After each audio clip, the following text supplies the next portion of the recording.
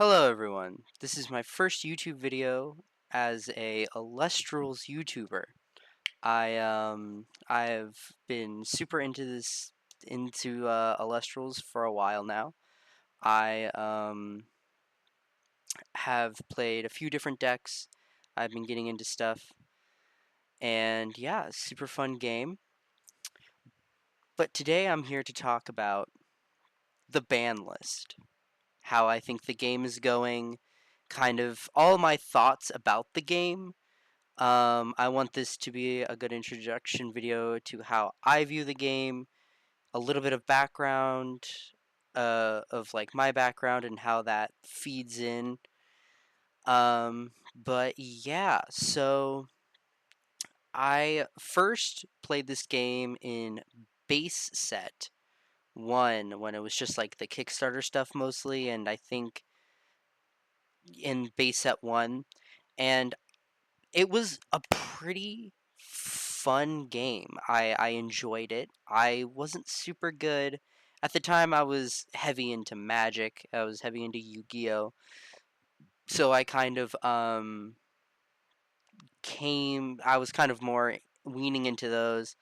Recently, Yu-Gi-Oh! Has been a complete mess. No one wants to even touch that game. And Magic is just far too expensive for me to play. And honestly, it's just been mostly eh.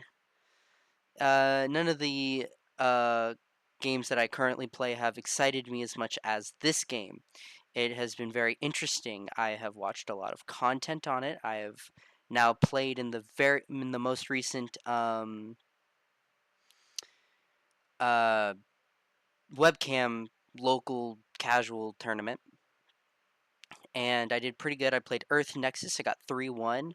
30 minutes before the tournament, realized that I did not have Clovies, so I had to quickly figure out something else. Um, but yeah, so I kind of wanted to come in here and talk about my thoughts on the ban list that just came out. Um, and just as someone that has 10 years of Magic experience and about 3 years of Yu-Gi-Oh experience, I have been very invested in both card games.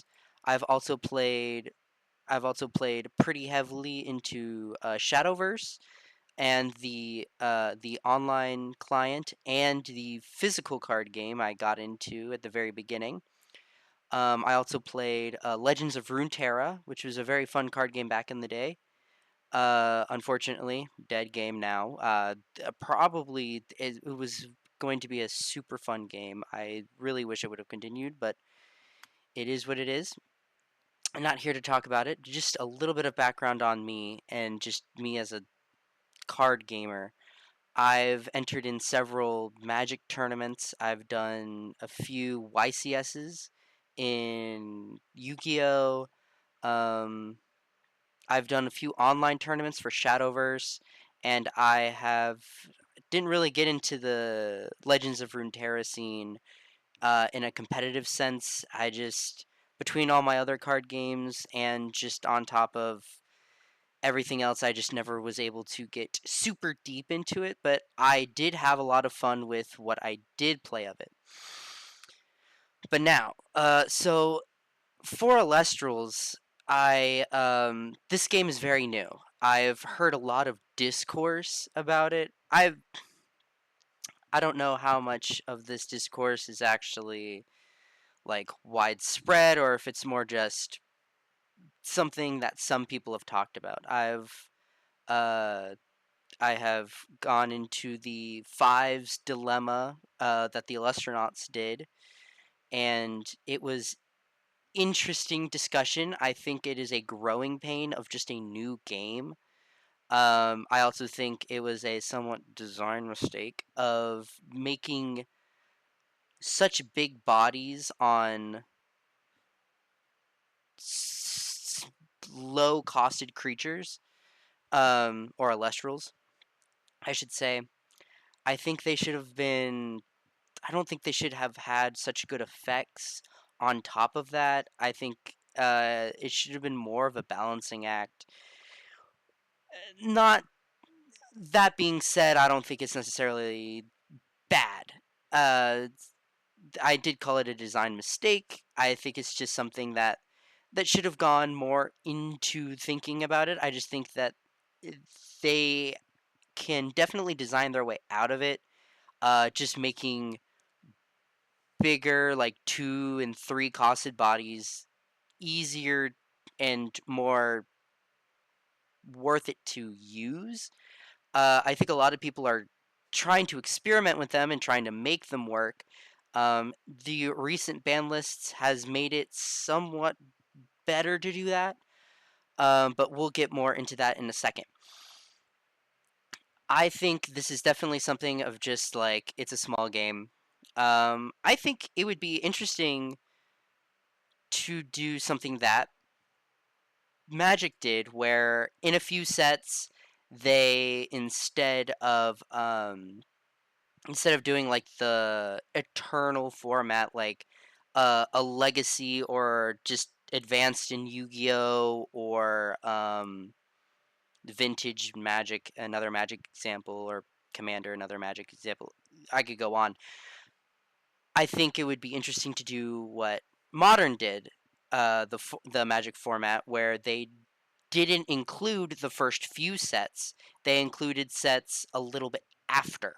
So it's like 10th edition and forward, which discludes the first dozen or so sets, which I think is an interesting thing to do because then you don't have to necessarily tussle with the first few sets design mistakes.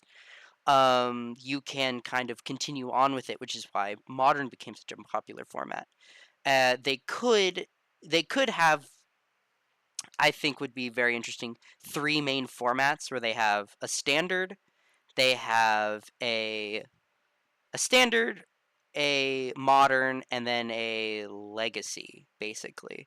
Where legacy, every set's legal, everything's legal besides what's on the ban list. Um, they have modern, which they might take out the first few sets, and then everything then forward is legal besides what's on the ban list. And then standard is a rotational format. I think that would be much more interesting. Um, but that's more of just me as someone that seen many, has played a lot of card games and kind of just like knows things. That way, have invested players that want to continue on with the game and just want to keep playing maybe like decks that have a lifespan, right? Like maybe like nexusing doesn't become a big thing or whatever. Like let's just say that fives, right? Let's say fives becomes unplayable in rotation in like a standard or a rotation format, and it doesn't become any really playable in something like a modern equivalent. But they still want to play it. And you have like the legacy equivalent that kind of gives you that option, and then you have your other formats and whatnot. I think it would be interesting to try out. I don't know exactly what their plan is. Maybe they just kind of want to do Yu-Gi-Oh, where they have the one advanced format and just everything's legal, and they just keep designing cards that way, which is also interesting. I think either way is interesting, and I think I would like to see how they would do that. But those are just what I think of that. I think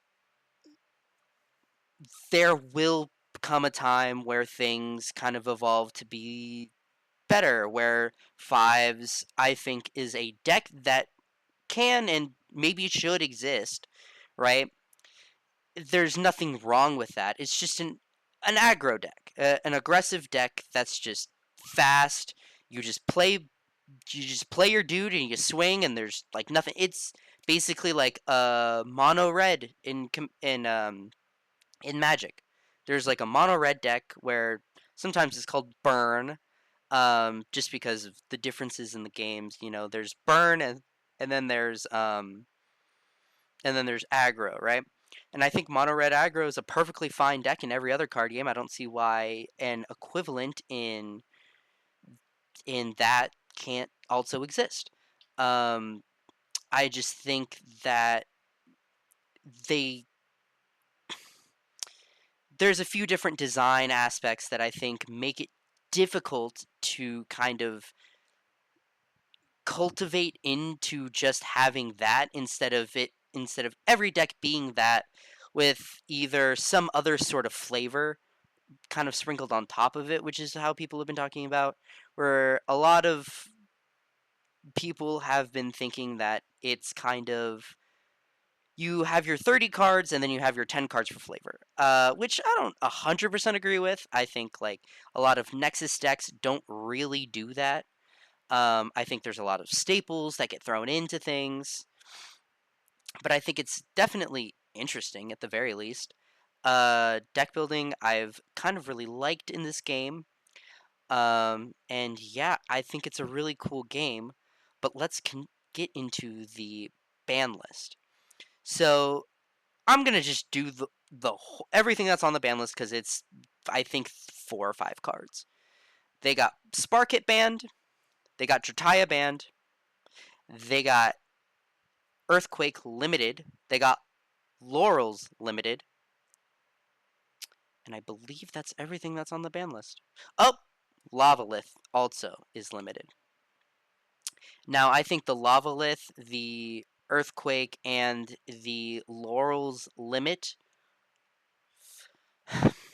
So my issue with those limits is they have said they are to try to promote the 2 and 3 cost cards, right? They're trying to get those to be more playable. Because instead of just getting removed by an earthquake, they actually have to maybe try a little bit harder. I don't think those limits were great. I think the lava lift limit was great. I love the lava lift limit. The Dratile ban I am upset about because I love Fruit Loops. Unfortunately, it got thrown into an FTK and ruined the whole thing. Personally, I think the new way is not great. The new design where you just discard an Ambrosia. When you discard an Ambrosia, you draw 2. It's just a discard draw 2, which isn't good. It goes like +1, and you don't get to add spirits back. I think it would be better instead if it was expend 1 generic when you cast an Ambrosia, expend 1, then draw 2. I think that would be much more interesting because you're only going +1 in spirits and then also drawing 2. I think that would be better instead of just a discard. Um, I would like that better, but they design it the way they design it. I can't necessarily stop them. I mean, that's just how I think of it. But regardless, um, the Spark It band, which I'll just say good band, excellent band. I love that band. I think just repeatable discard on a big body is just a objectively wrong decision. I know Thunder Nexus, that was like their only big tool, but just they have Astrabbit. Astrabbit is like one of the best receivers in the game. They don't really have a lot of good Nexus creature or Nexus Elestrals now, which is like it sucks, right? But like you can't just give anything just like that good of a just like switch, just like such immediate card advantage, like basically making like Thunder Nexus win on turn 3 effectively. Because just sticking an Astrabbit and Spark It on the board with a Zeus, there's nothing that a deck can do to resolve that, to get through that without having two removal spells and then being severely down after taking a discard and your opponent gaining a ponder effect. Ponder is a magic card, a magic equivalent, right? Or a pot of duality for Yu-Gi-Oh players, right? Or basic and for non Yu-Gi-Oh or Magic players. Basically, you look at the top three, you take one, you put it in your hand. Amazing. Spark it, Nexus 2, look at your opponent's hand, discard one, right? The new Spark it I like more. If they really want to give the card that effect, discarding at random is better by a long shot. Um, and then obviously any creature that says Nexus is at least playable, is at least like something to look at. And then on a 3 body instead of a 4 body, I think is way better. Having it to be a 4/1, so it dies to Cryoblast, and it also, it can be beat over really easily. They they get it the one time, and then they can't get it anymore, which I think is way better. I just like that card paired with Astrabbit is just broken. To be honest, I wish they would just leave it banned and just design a new Thunder Elestral that is a Nexus a Nexus Elestral that Nexuses your cards and then does a different effect that's just like better. Maybe like you could print most other effects like Kinleo pops an Elestral, Equilinx pops a rune, like you pop a back row, pop a creature. You could even do it where like you just get even more card advantage for you. Um, just being able to just draw an extra card, you know, having a draw and then basically a second Astrabbit, right? Um, effectively drawing two. One's a little bit better of a draw, but effectively drawing two, right? Digging 4 deep into your deck. I mean, I think that's I think that would be also pretty good. Even though the draw one isn't that great, uh, I think maybe just thinking of another effect, maybe a bounce, just like a non-target return to hand, right? That doesn't cost anything. I think that would be really good. Just like return a card to your hand. It can't be chained. I think that would be interesting also. Because then it protects from your Gorgons. You can't get blown out by Gorgon's Gaze. Uh, PTA. I mean, you still can PTA it. You basically just have a shield that hits back row and other stuff. Like I think that would be much better than anything else. Like you could. It also deals with like divines every turn. I mean, like it's a creature. It's like it would still be a good creature that handles a lot, that deals with so much. It also protects because it can't be chained to, right?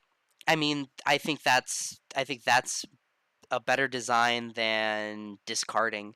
Just just like forcing your opponent to just be down on resources for free instead of having like this interactive like, oh, I don't get to I lost spirits because you returned my divine rune to my hand, or a lot of these cards that are like can't be can't be targeted by runes, right? You have an Elestral that can target and return.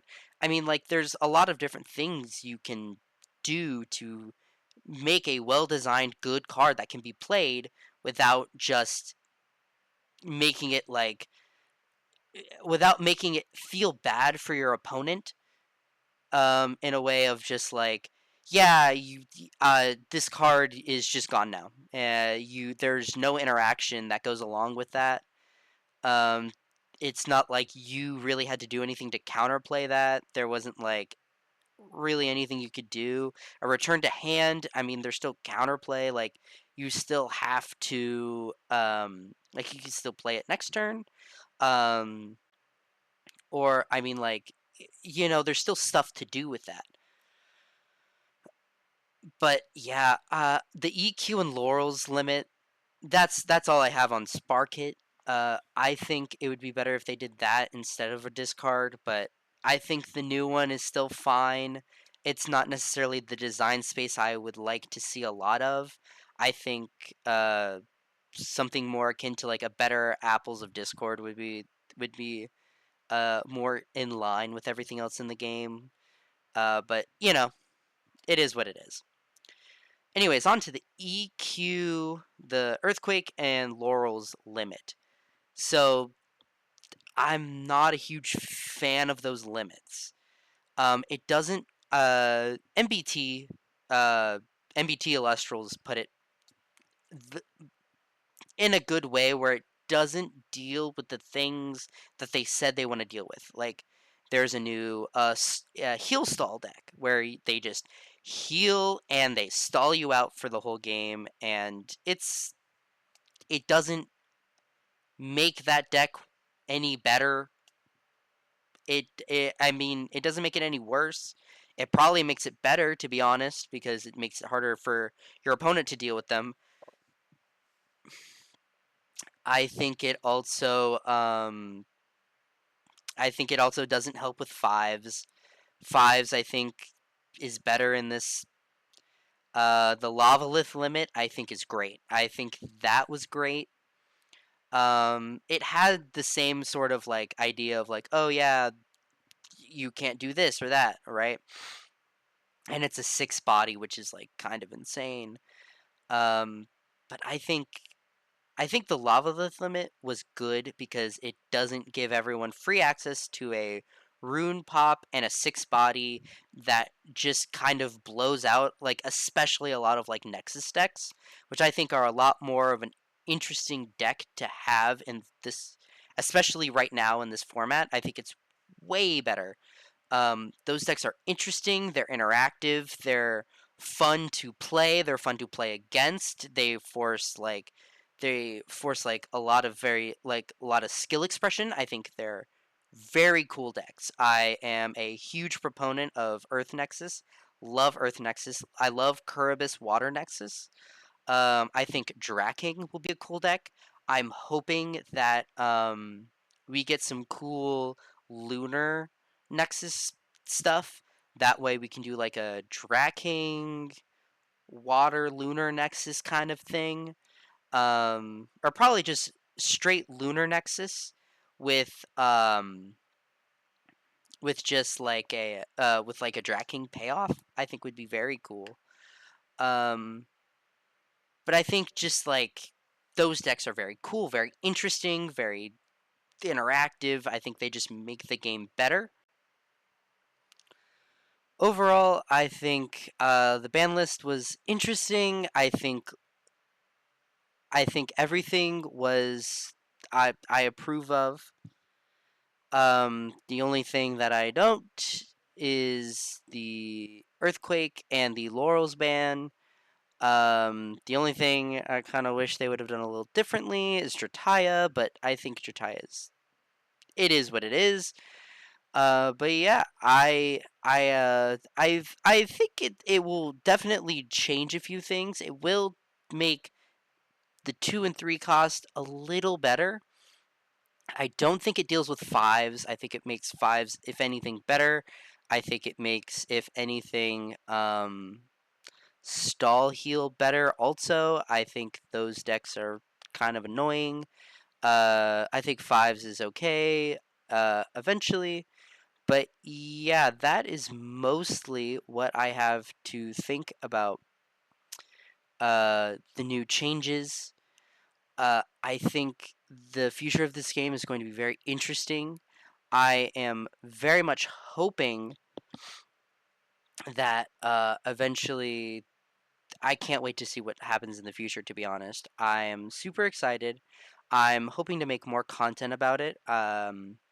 I know this video came out like really late, but I work a lot and I don't get really a lot of time to film. So that's unfortunate. But I am hoping to be able to make more content. Actually, after I finish filming this video, uh I'm going to use the I'm going to play in the app tournament that's later today at 7:30. I'm filming this at like 6:45.